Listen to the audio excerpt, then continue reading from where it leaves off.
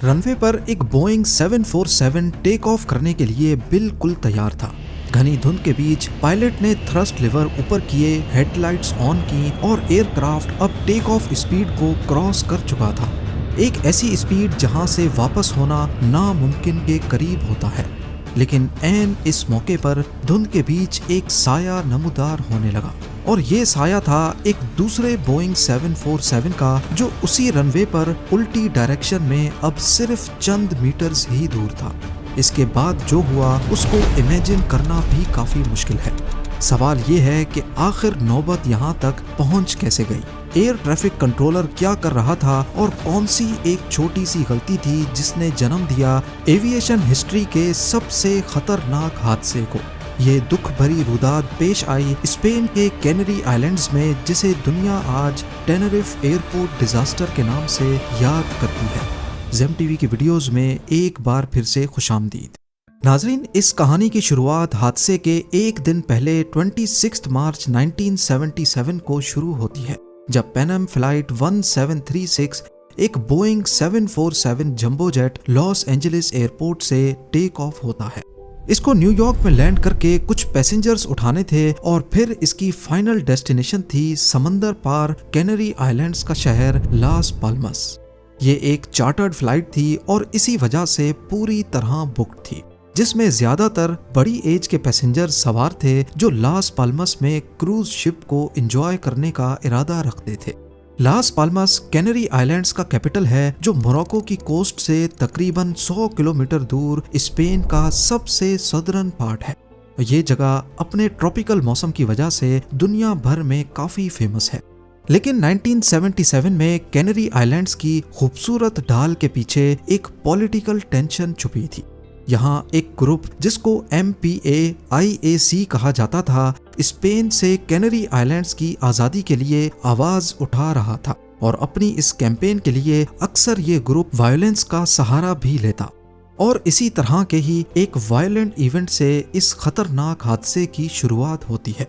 Pan Am flight 1736 ने New York के JFK international airport से पैसेंजर्स उठाए और रवाना हो गई लास पाल्मस आइलैंड की जानिब।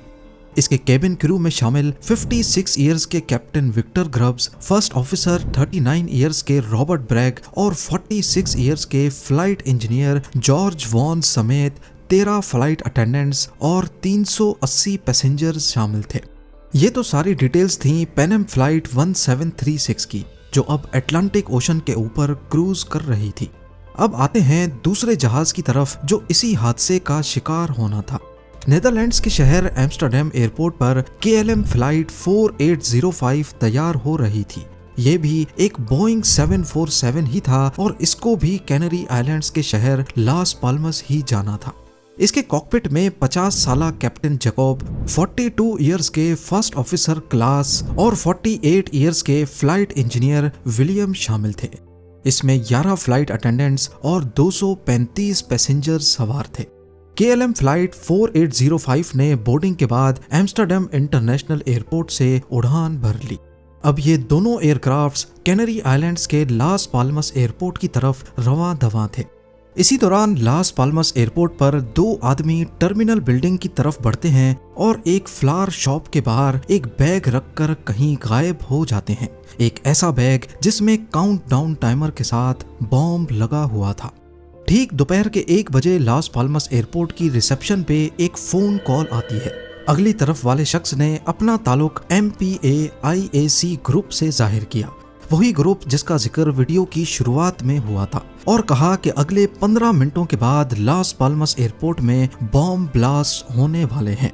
एयरपोर्ट के अमले ने फौरन हरकत में आते ही 15 मिनट से पहले पूरा लास पाल्मस एयरपोर्ट खाली करवा दिया और उनकी ये भगदड़ तब खौफ में बदल गई जब ठीक 15 मिनटों के बाद हुआ एक जोरदार धमाका।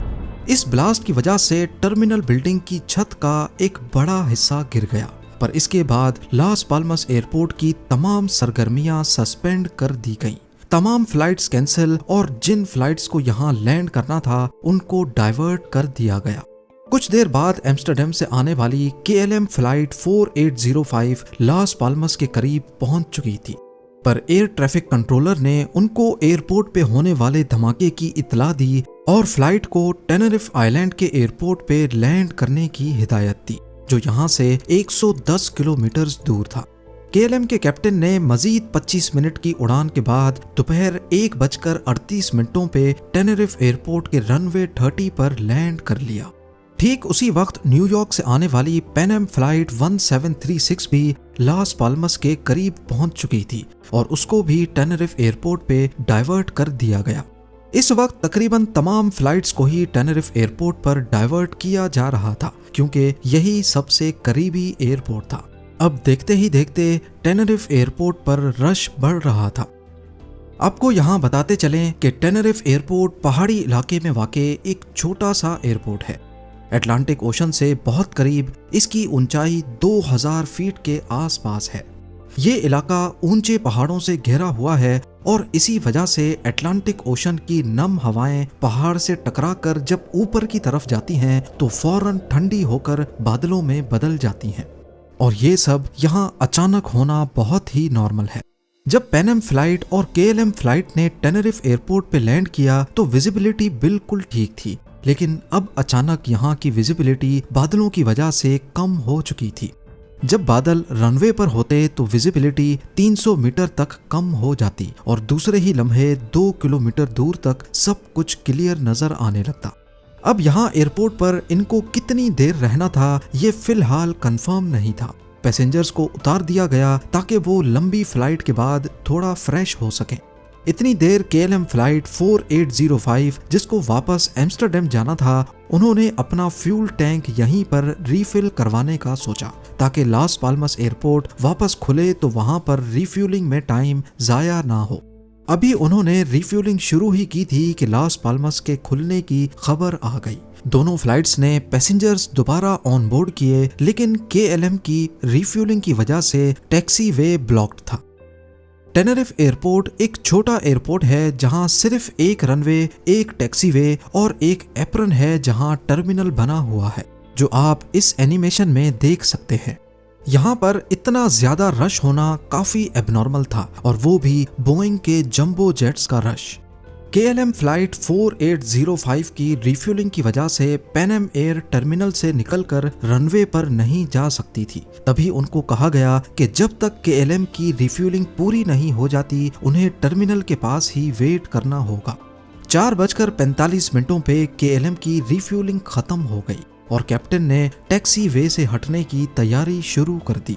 अब क्योंकि एप्रन दूसरे जहाजों से भरा हुआ था जो टैक्सी वे को भी ब्लॉक किए हुए थे, तभी टेक ऑफ के लिए रनवे के ईस्ट एंड तक जाने के लिए कंट्रोलर ने केएलएम के पायलट्स को, जो टैक्सी वे के बिल्कुल वेस्ट साइड पे पार्क था, इंस्ट्रक्शंस दी कि वो रनवे पर ही टैक्सी करते हुए एक्सट्रीम ईस्ट एंड पे जाकर 180 डिग्री टर्न लेकर टेक ऑफ की तैयारी करें। जब केएलएम 4805 ने टैक्सी करना शुरू किया तो कंट्रोलर ने पैन एम एयर को इंस्ट्रक्शंस दी कि वो रनवे पर ही केएलएम को फॉलो करें, लेकिन C3 एग्जिट से टैक्सी वे पर चढ़ जाएं, क्योंकि इसी रनवे पर केएलएम 4805 को टेक ऑफ करना था।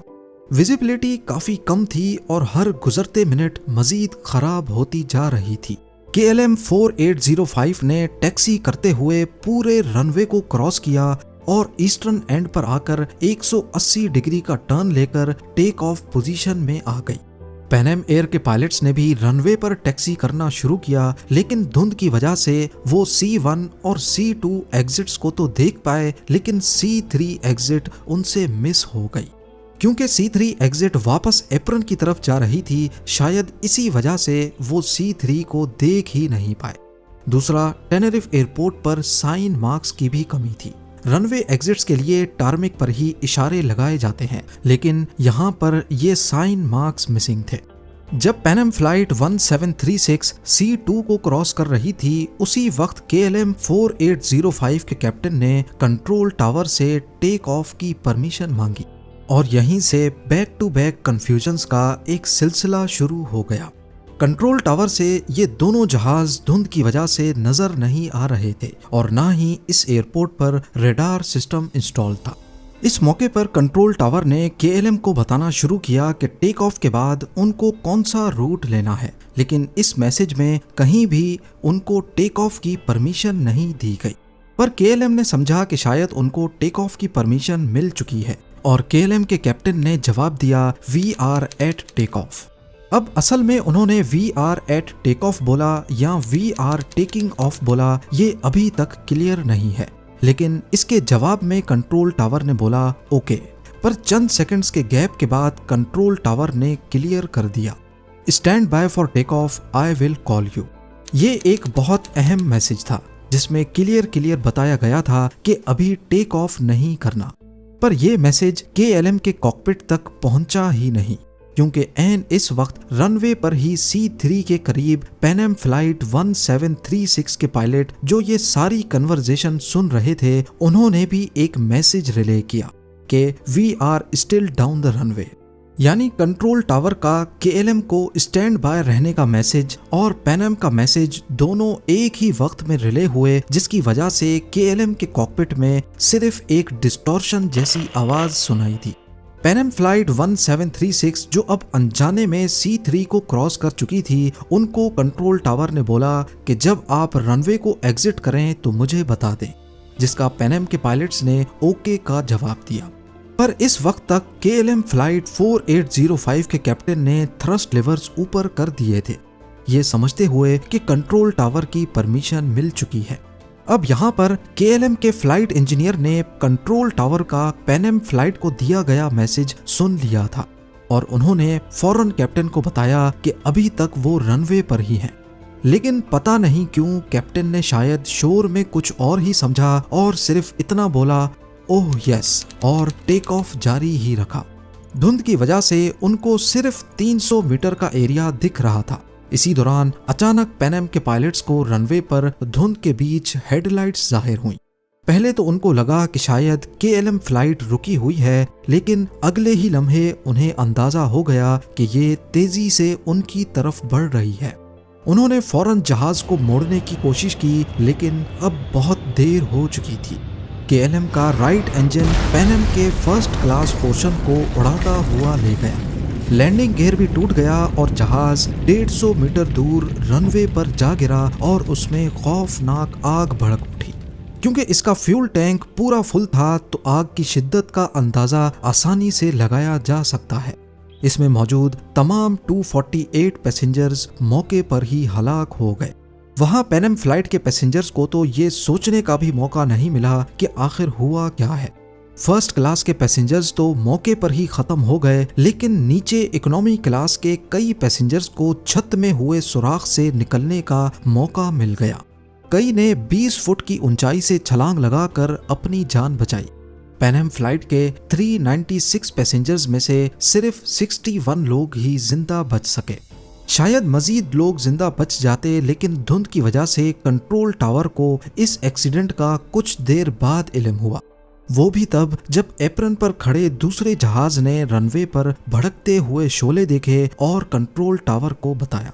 रेस्क्यू सर्विस की गाड़ियां भी धुंध की वजह से ज्यादा तेज नहीं चल पा रही थीं। इस हादसे में टोटल 583 जानें पलक झपकते ही जाया हो गईं। इन्वेस्टिगेशन में दोनों जहाज़ों के कॉकपिट वॉइस रिकॉर्डर का जायजा लिया गया और यहीं से ही सारी डिटेल्स पता चली जो आपने इस वीडियो में देखी हैं। इन्वेस्टिगेशन टीम ने ये रिजल्ट निकाला कि इस हादसे के पीछे चेन ऑफ इवेंट्स थे। पहले तो लास पाल्मस पर बॉम्ब ब्लास्ट, फिर KLM का टेनेरिफ एयरपोर्ट पर अपना फ्यूल टैंक फुल करवाकर टैक्सी वे को ब्लॉक करना। अगर वो ऐसा ना करते तो पैन एम फ्लाइट 1736 पहले ही टेक ऑफ कर जाती। उसके बाद अचानक विजिबिलिटी कम हो जाना और पैन एम का C3 एग्जिट को मिस करना।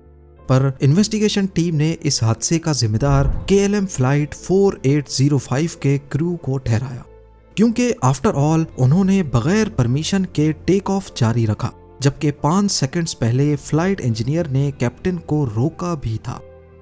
टेनेरिफ एयरपोर्ट डिजास्टर पूरी एविएशन इंडस्ट्री के लिए एक वेकअप कॉल साबित हुई। इस हादसे के बाद एविएशन इंडस्ट्री में बहुत बदलाव देखा गया।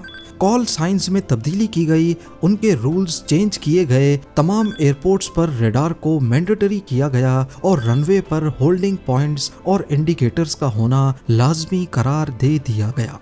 आज टेनेरिफ आइलैंड पर 2 एयरपोर्ट्स मौजूद हैं। जहां यह हादसा हुआ था वो नदर्न एयरपोर्ट है, जबकि साउथ में भी एक नया एयरपोर्ट बनाया गया है जिसकी ऊंचाई कम है और वहां बादलों और फॉग की वजह से विजिबिलिटी मुतासिर नहीं होती।